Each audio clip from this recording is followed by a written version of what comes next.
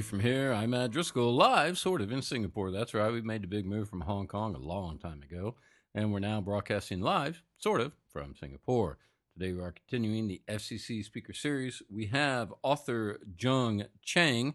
She is the author of the Empress Dowager, The Making of Modern China. A little bit more about her in just a minute. Many of you know the FCC in Hong Kong. Many of you know it's a key stop on the itineraries, the most well-known people in the world who happen to be passing through the city.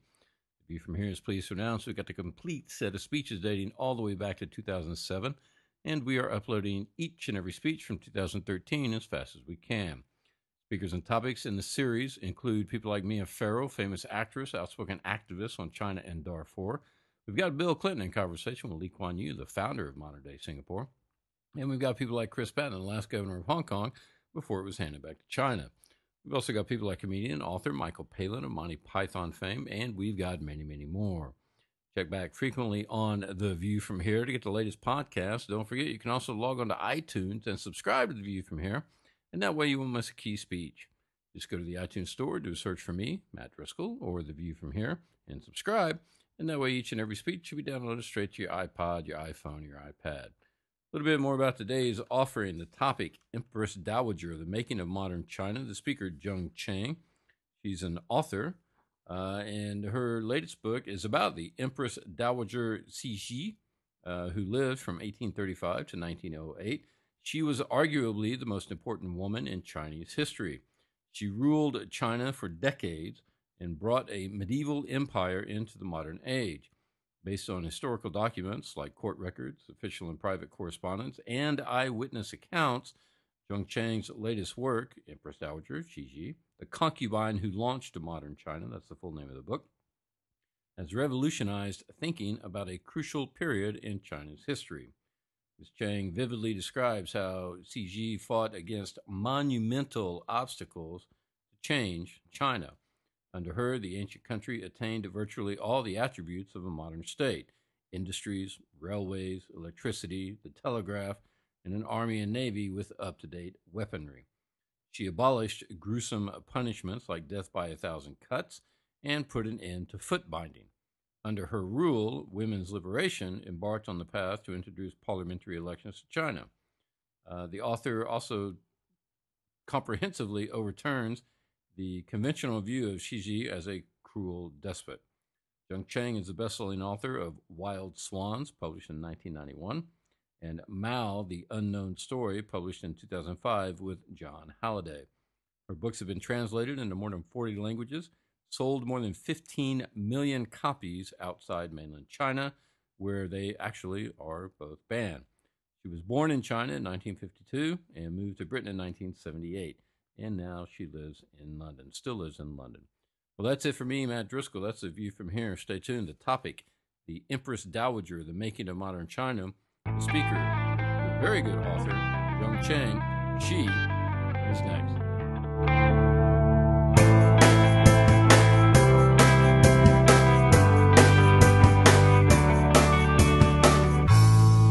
Ladies and gentlemen,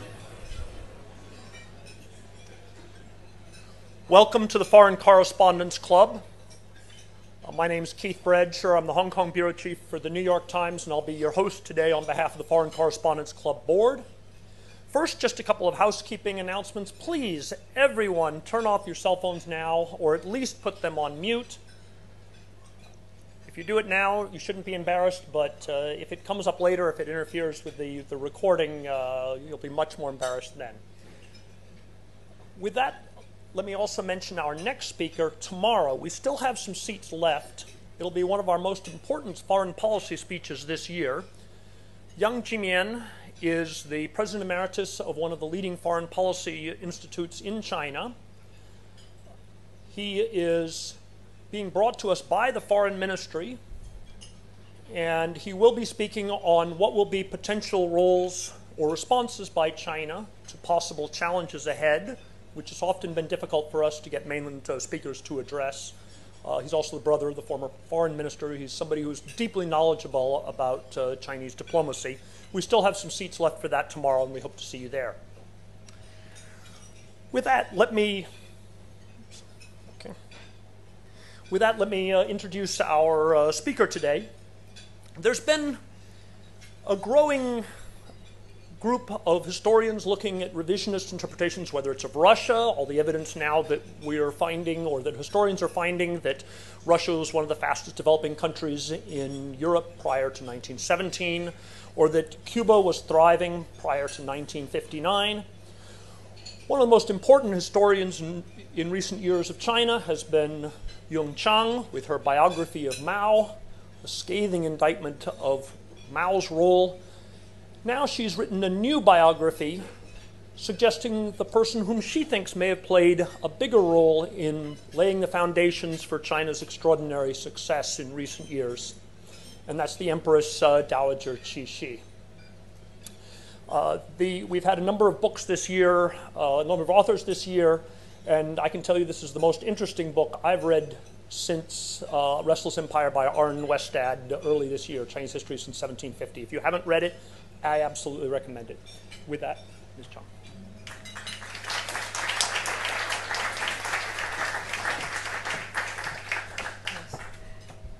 Hello.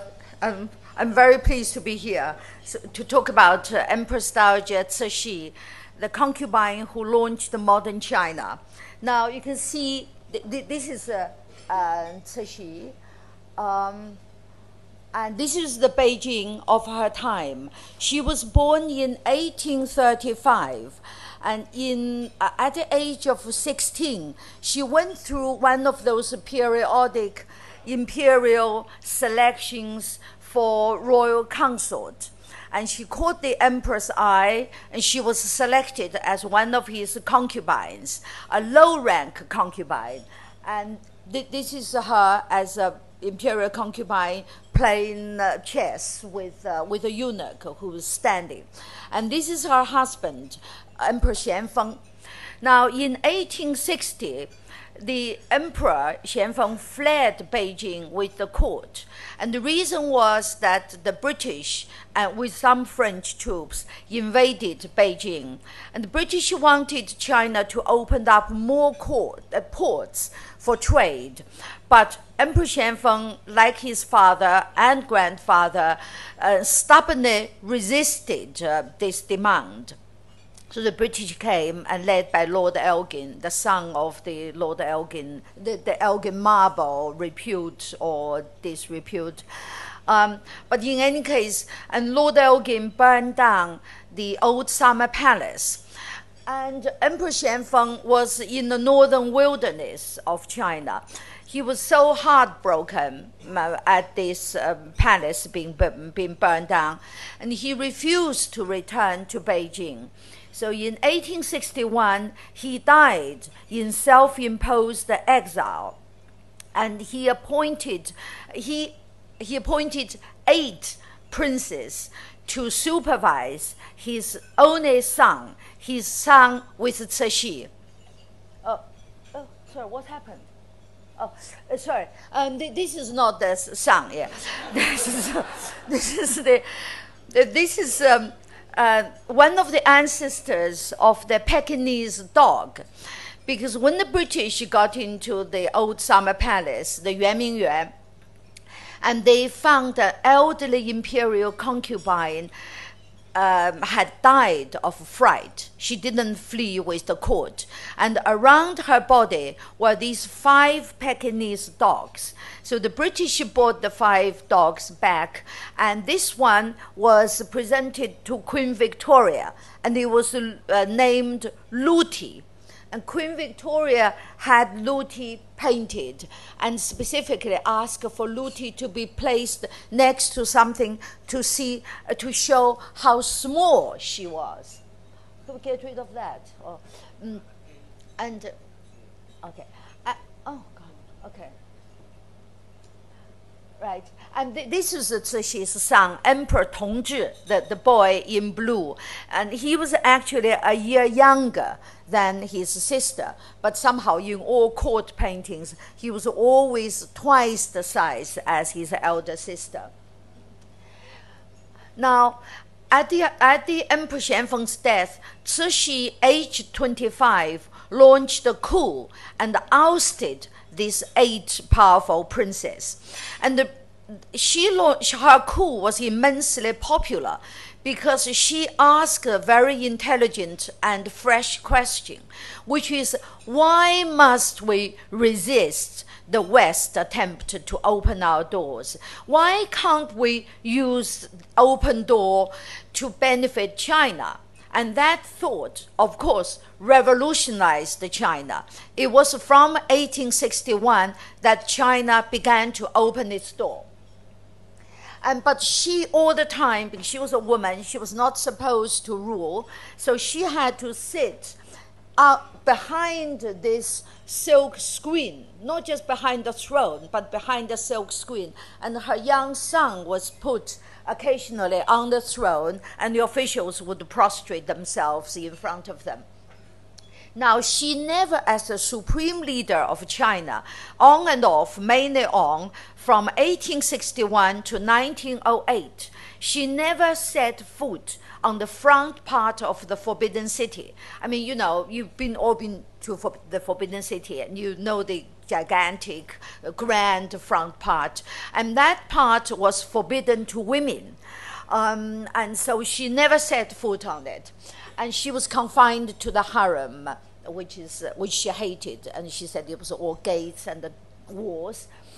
Now, she was able to launch her reform with the help of some men, of course, because she was not allowed to set foot outside the palaces. And the man in the middle is Li Hongzhang. I think probably he's not unfamiliar to most of you. Li Hongzhang, and this is Li Hongzhang visiting Britain with him, Prime Minister Lord Salisbury and Lord Curzon. And the first thing Cixi did was to employ the Chinese Gordon, Charles the Chinese Gordon, who helped her defeat the Taiping rebels, and that created peace and a degree of prosperity in China for the Cixi era. And here is Gordon in his Chinese robe.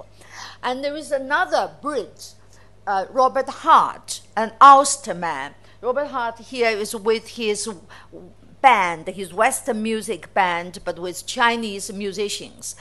Cixi appointed Robert Hart to be in charge of Chinese customs, and Hart did a remarkable job, a very little acknowledged job for Chinese economy. At one time, he contributed as much as 1/3 of China's national revenue. He also gave Cixi advice and was one of the channels through which Cixi learned about the West. Of course, they very rarely met, but they communicated through copious sort of correspondence, letters, and also through her diplomats and Li Hongzhang. Now, the man standing in the middle is an American, Anson Burlingame, who was President Lincoln's first minister to China as soon as Cixi opened the door. Now, when his term ended, Cixi then employed him as her and China's first ambassador to the West. He traveled around the world with his 2 Chinese deputies and 2 secretaries, one English and one French, to tell the West that China had changed. China embraces the West. And he died on his journey working for the interest of China. He spent nearly 2 years on the road. And then Cixi then introduced, electricity, telegrams, and a modern sort of a way of conducting diplomacy, a modernized sort of navy and army. And she also sent young children to America to be trained, in the Western way. Most of these people who were sent abroad in the 1870s, then later came back and became the sort of backbones of Chinese modernization. Now, Cixi has one problem, which is that as a woman, she couldn't rule. So she must retire and go back to the harems once her son grew up, came of age. Her son, Emperor Tongzhi, came of age, so she retired. And Emperor Tongzhi was 16. He was not interested in modernization. He was interested in what all the 16-year-olds are interested, play, sex, frequenting not all 16-year-olds frequenting brothels, but he loved frequenting brothels and visiting male and female prostitutes and so on.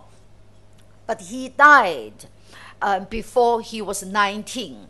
And Cixi then put her nephew, who she adopted, Emperor Guangxu, on the throne. And Emperor Guangxu was then 3 years old. And so Emperor Guangxu grew up while Cixi continued to modernize China.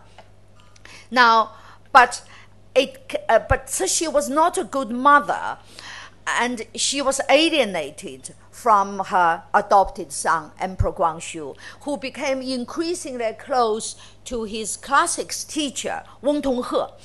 Now, and the two, Wang Tonghe was archi-conservative. He was against the railways. He was against the telegrams. He hated foreigners and called them wolves and tigers. So Emperor Guangxu then shelved Cixi's modernizing projects. Now, Japan then seized this opportunity, the retirement of the Empress Dowager, and launched a war against China in 1894. And in Japan, there were first-rate statesmen, and in China, there was this 20-something-year-old Emperor Guangxu who was schooled exclusively in the Confucian classics. From the age of 4, he spent his time imbibing Confucian classics. He never even wanted to go out of the Forbidden City, unlike Cixi, who was dying to travel, but she couldn't. And he could, but he didn't want to. So he spent all his time in the Forbidden City with his classics teacher, who was his father figure. And he made, when the war started, he made Wang Tonghe his #1 war advisor. And the result, of course, not surprisingly, a devastating defeat by Japan. And that was the beginning of the end of the ruin of China, according to the American minister then. And then after Japan's success and China's defeat, I'm afraid the Western powers then started to behave not so well. And before that, they had sort of this respect for China. But now they saw China was a giant paper tiger. And as Robert Hart said, the bubble of China had burst. So they all came and grabbed a bit of China. Germany grabbed the area around the Qingdao. You must all have had the Qingdao beer, and that's because the Germans first made it. And then the Russians grabbed a bit, the British grabbed a bit. I mean, you probably know Kowloon was then incorporated into Hong Kong. And the Japanese grabbed a lot, Taiwan, and established spheres of influence in Fujian.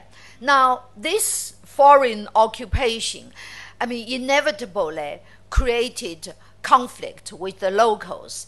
These are the xenophobic Boxers. Now, the Boxers, people think of the Boxers as though they were all over China. Far from it. They were only in Shandong, around the areas near Qingdao. And one reason was that I'm afraid the Germans were very heavy-handed in trying to suppress any anti-foreign sentiment. They burned down villages, killed some villagers, and whilst the Boxers also murdered missionaries and particularly Chinese Christians. So there is a burst of the Boxer mayhem.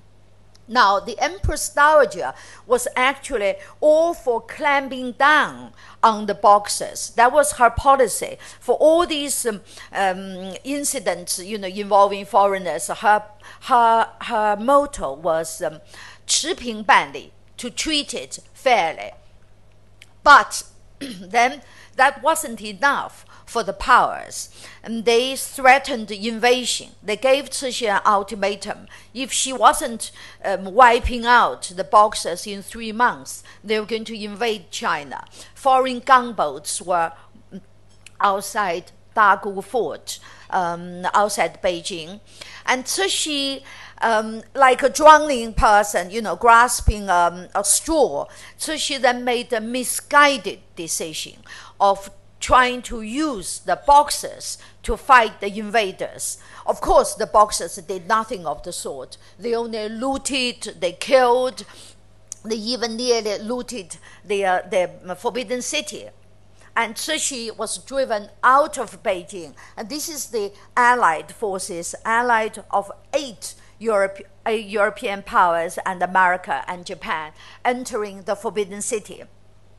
Cixi left in a hurry because she had decided to die in the Forbidden City, because she knew she made a terrible mistake, which she repented later on. But at the last minute, she was persuaded to flee. And then this is, you probably heard of this, imperial concubine Pearl. If you have been to the Forbidden City, inevitably you would have been shown this well into which Pearl was drowned by Cixi. And from Cixi's point of view, she was in a hurry. She didn't want to take her with her. And the reason was she was Emperor Guangxu's favorite concubine.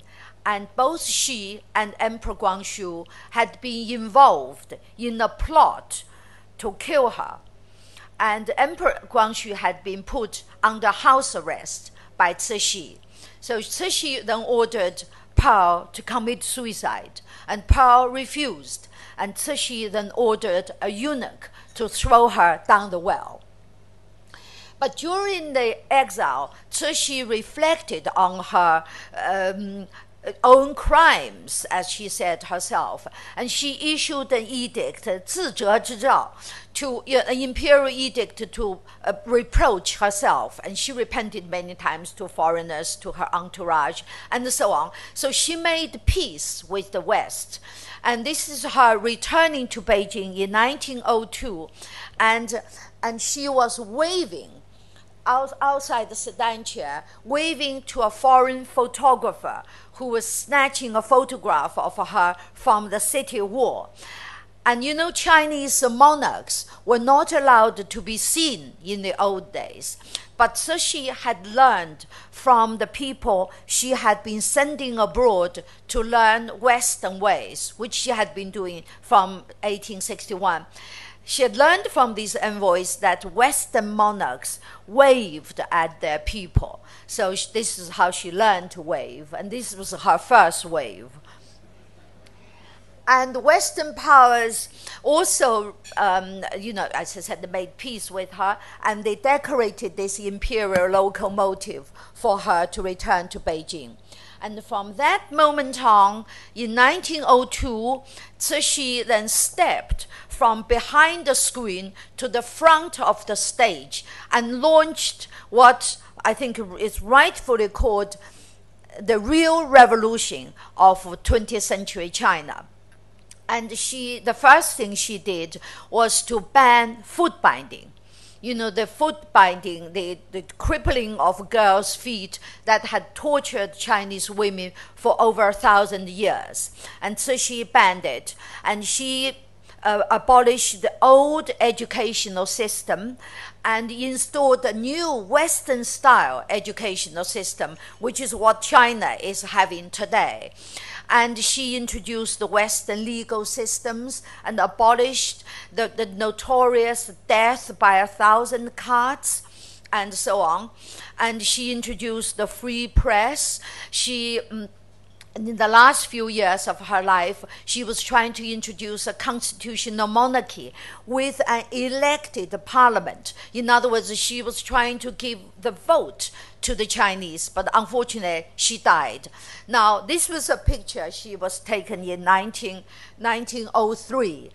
And it was colored tastefully and so on, and airbrushed.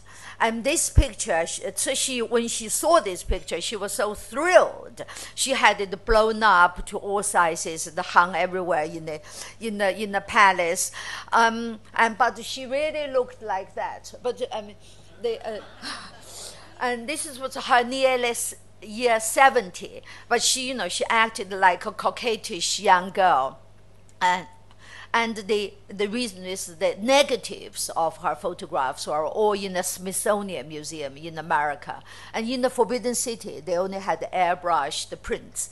Now, okay, now Cixi's life actually was very tragic because she lived among eunuchs, and the emperor was the only other man. And so in her younger days, she fell in love with a eunuch, and with two tragic consequences, because the eunuch was beheaded, and his corpse was exposed for days to show the public that he had no male organ. And so she suffered a nervous breakdown. Okay, that's her funeral. Now, the one last thing I wanted to say was the day before she died, Cixi murdered her adopted son, Emperor Guangxu, who was also very ill. And from her point of view, it was because she knew if she had died and he was alive, China would fall into the hands of Japan, because the Japanese were trying very hard to make her adopted son the puppet, very much like they made the last emperor, Puyi, the puppet 20 years later. But Puyi was, of course, only in charge of Manchuria in northeast China, and Emperor Guangxu had the whole of China. And so and Cixi then, after the murder, she died the next day. Thank you very much.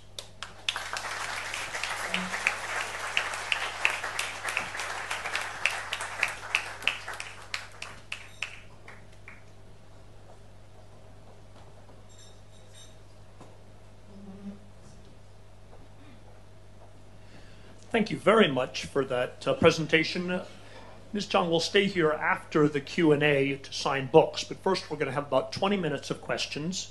Why don't I start it off? There was a very favorable review of your book by Orville Schell in the New York Times a couple of days ago, but it did raise the question of, it said, at times bordering on hagiography, that it was so positive in its interpretations of the Empress Dowager's motives. For each of your chapters tends to end with a positive interpretation, often praise, summarizing that chapter, and it's almost discordant, for example, when one of the chapters ends with her having a concubine pearl thrown down the well. It sort of contrasts with the other chapter endings. What do you say to those who ask whether it's, whether you are leaning in the other direction to counter previous interpretations of Cixi as a despot, and then second of all, can we really know her motives or interpret them, given that a lot of the documents were actually written by others for her? Well, actually, I think in my book, is this working?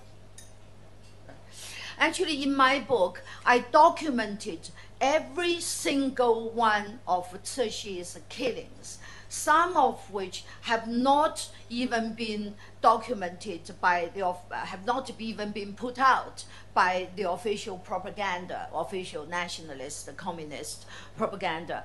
And of course, I didn't document everyone in her other, sort of brutal wars, like, when she tried to reconquer Xinjiang.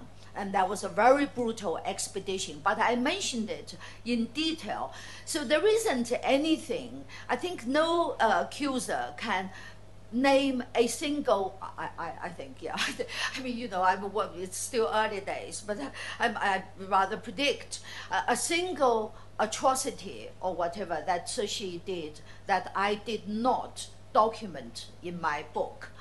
Now, what I did was to provide the context and why Cixi did it. For example, the poisoning of Emperor Guangxu was only established in 2008 when Emperor Guangxu's corpse was put through forensic scientist examination, and they discovered there was a huge amount of arsenic. And I was there in Beijing. Actually, I attended that hearing. Now, the hearing in Beijing ended on the note, why did she murder him? I mean, now the traditional one, which doesn't convince any of the scholars, is Cixi was just awful. I mean, for the heck of it. But no, I mean, but that's not in character. And from my study of the document, I realized how important Japan was, the role of Japan was in trying to, ever since the war, ever since Japan beat China, how Japan was trying to encroach on China. And particularly when they realized Emperor Guangxu was such a weak emperor, how they tried to make him the puppet and dominate the whole of China, and what steps they made, including to assassinate Cixi, many attempts as documented in my book. And the inevitable conclusion for me is that she killed him in order to prevent this scenario. Now, what was her vision for China then?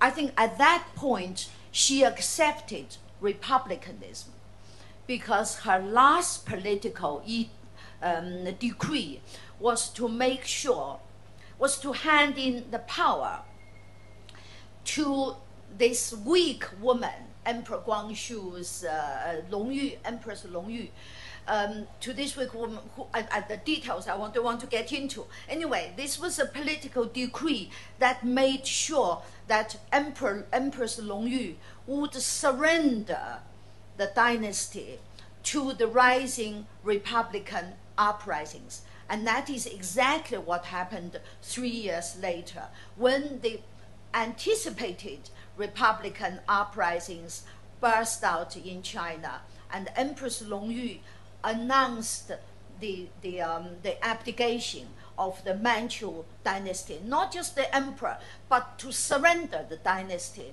to the Chinese people.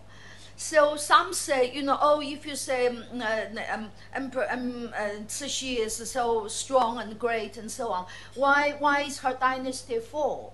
Well, the thing is, it was never her ultimate goal to preserve her dynasty, and her goal was to preserve China.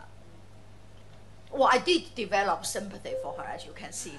I mean, but that was from my research. I mean, also, by the way, it is a biographer's job to enter the head of your subject. I mean, that is my job. I felt I entered Mao's head, and I felt I entered Cixi's head. Thank you very much. Florence? Hello, I'm Florence de Changier, report for Le Monde. My first question was actually, how much do you like her now that you know her so well? Would she be your friend? And the second question, because you mentioned to us that you are currently working on a translation in Chinese, do you think the book would be subversive to some extent in China? And if so, why so? Well, the first question, actually, I probably wouldn't like Cixi, wouldn't sort of, I don't think we become sort of friends or something. That's out of question, yeah. But the thing is this: she was actually, she, for example, I mean, she wanted her adopted son, Emperor Guangxu, to call her Qin Baba, or which means Papa Dearest, or Huang Baba, my royal father. She aspired for a man's role. I mean, she was not a good mother to her adopted son. I mean, she also didn't like children. I mean, she sort of, you know, at one sort of aristocratic gathering, a child started crying and wouldn't stop. And so she was so annoyed, she ordered the mother to bring the child out of court. And she gave the mother a lecture saying, you know, this is a punishment not just for her, but also for you. You should, you know, which is actually contributed to the alienation of Emperor Guangxu from her, and Emperor Guangxu's closeness to this arch-conservative royal tutor, and China's disasters. She was also, you know, she was also somebody who's very tough. You know, she was curious in many things. I mean, she tried everything: tricycle, tried to skate. She even wanted to try a hot air balloon. She was persuaded out of it. But the only thing that was in her was at her disposal, but she didn't try, was the car, because she insisted. She knew that the court was so fragile and it was held up by rigid protocol. So she insisted on everybody kneeling in front of her or standing, you know, when getting permission. And but in the car, the driver can't drive standing, let alone kneeling. Kneeling. So the driver would have to sit right in front of her. So she then sacrificed her curiosity and never rode in a car. Second question. I don't know, you know, the current Beijing is changing.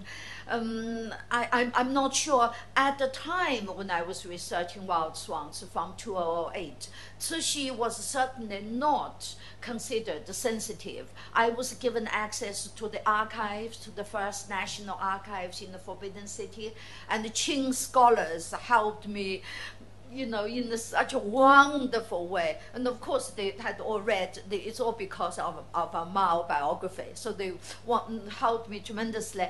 But then suddenly, these things changing, you know, a lot of people in Beijing are calling a return to Mao's days and using Mao's method. And therefore, I think the Empress Dowager might be sensitive because she faced the same problem as the current regime, which is decades of economic development, open door, rising aspiration, an increasingly free press, and now where do we go from here?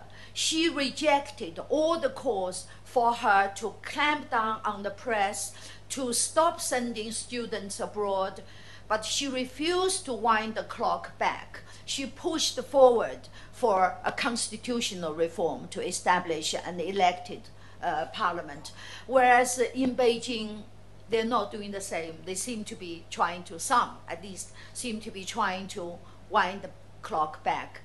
So she may become sensitive. And the other thing is, I don't think Beijing wants to raise my profile. Why don't we take a couple questions from the audience here?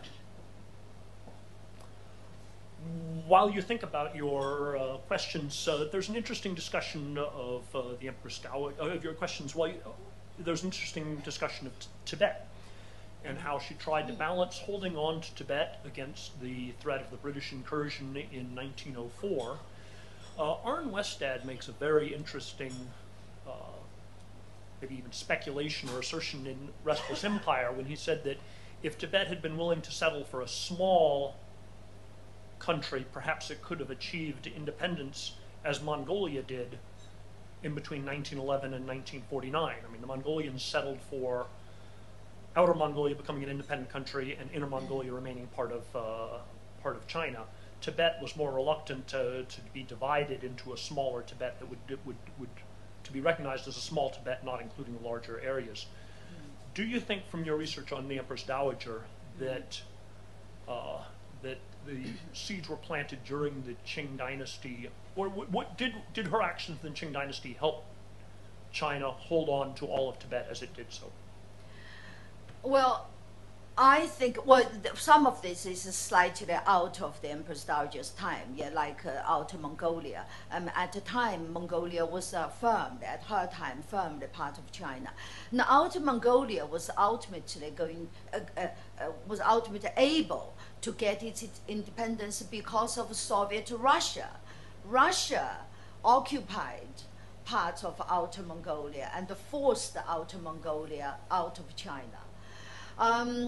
I mean, there is a long history. Actually, in our Mao biography, there is some of the descriptions about the detachment of Outer Mongolia. Whereas Tibet, I mean, there wasn't, the Russians were rivaling with the British. I mean, they never got anywhere. And at that time, the Empress Dowager offered what was to the 13th Dalai Lama the most attractive option, which is to continue as before, just for Tibet to pay nominal sort of respect and everything to Beijing, and for Beijing to leave Tibet completely alone, which is why the British invaded, young husbands invaded Tibet, and the 13th Dalai Lama fled, and Cixi, there were mountains of documents. Cixi repeatedly asked the 13th Dalai Lama to return to Tibet and run it as before after the British withdrew. But the 13th Dalai Lama insisted on going to Beijing to see her, to name the deal, because she was the only person. She held back Chinese troops from Tibetan border.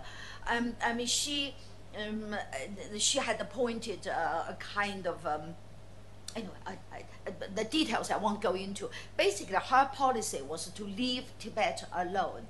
And Tibet felt at that time, we're talking about at that time, at the beginning of the 20th century, that her offer was the best offer. I mean, they wouldn't have got that sort of independence from either the British or the Russians. I mean, but of course, after she died, things changed. China, then her successors sent in troops, and the 13th Dalai Lama fled. Okay. Who else? Back here, please. Sherry. Hi, I'm Sherry Prasso from Bloomberg. First, I want to thank you not just for writing this book, but for your entire body of work, which I think has done more to bring women's issues to light and what they've faced in China historically than just about any other writer. So first of all, I'm very grateful. And second of all, I want to ask you, I think maybe I'm not the only person in this room who read Sterling Seagrave's account of the Empress Dowager's life. And I wonder if you found his interpretation, it was also very favorable, deficient in some ways, or what additional things did you find by also accessing Chinese sources that we can now get from reading this current work? Yes. I mean, I did read Sterling Seagrave's book. I mean, I totally disagree with his interpretation. By the way, he didn't have the access to the Chinese documents I just mentioned, and because because of this lack of the original documents, which actually shows what she was like, you could only speculate. I mean, I think he made some very intelligent speculations. But one I completely disagree is that I think, if I remember correctly, this is a few years ago now when I read it, that she was really this weak woman, manipulated into doing all the wrong things by people around her. And that I totally disagree. It's not what the document sees. I mean, it shows very clearly that she was the boss until her retirement twice, when her son grew up. And all the decisions were made by her. The good decisions, the modernization decisions were made by her. I mean, you can see very clearly the Hong Zhang and the Prince Kong and all these men making suggestions, but she was always the person who made decisions. She made policy. And she also made wrong policies, like the decision to use the boxers. People try to, I think either him or some other people trying to excuse her to say that actually she had no clue it was these other conservative Manchu grandees who were supporting the Boxers. And that's also not true. She made the decisions, and whatever these Manchu conservative grandees can only suggest, make suggestions. So I now forgot what your first question was now, ultimately. Was it the feminist one? Sorry. Congratulations on your body of work. Oh, sorry, thank you, thank you. But we have time for one more question. Jit, would you like to? Thank you very much for joining us today, and you are free to speak your mind on these issues here in Hong Kong. Do you think, can you envisage a day anytime soon where you could deliver a similar message in the mainland? I can't. That's the short answer. Well, the thing is this, my books are banned. I'm tolerated so far to go to China to see my mother, because my mother is in her 80s. She's frail. And perhaps thanks to Wild Swans, that I'm sort of allowed to go back for a short period of time every year to see my mother. But of course, in exchange, I've made a commitment not to speak at public gatherings, not to talk to the press, and not even to see my friends. Just restrict my visit to my mother and very close old friends who had nothing to do with politics. And as I said at the beginning of writing this book, to be able to see some Qing scholars. I just hope that I can still go back to China and see my mother. Well, thank you very much indeed. Thank you all for coming. You very kindly agreed to stay and sign books. Before we go, we always like to give our guests something to remember the club Very by. nice. Okay. Thank you What's very the much. back?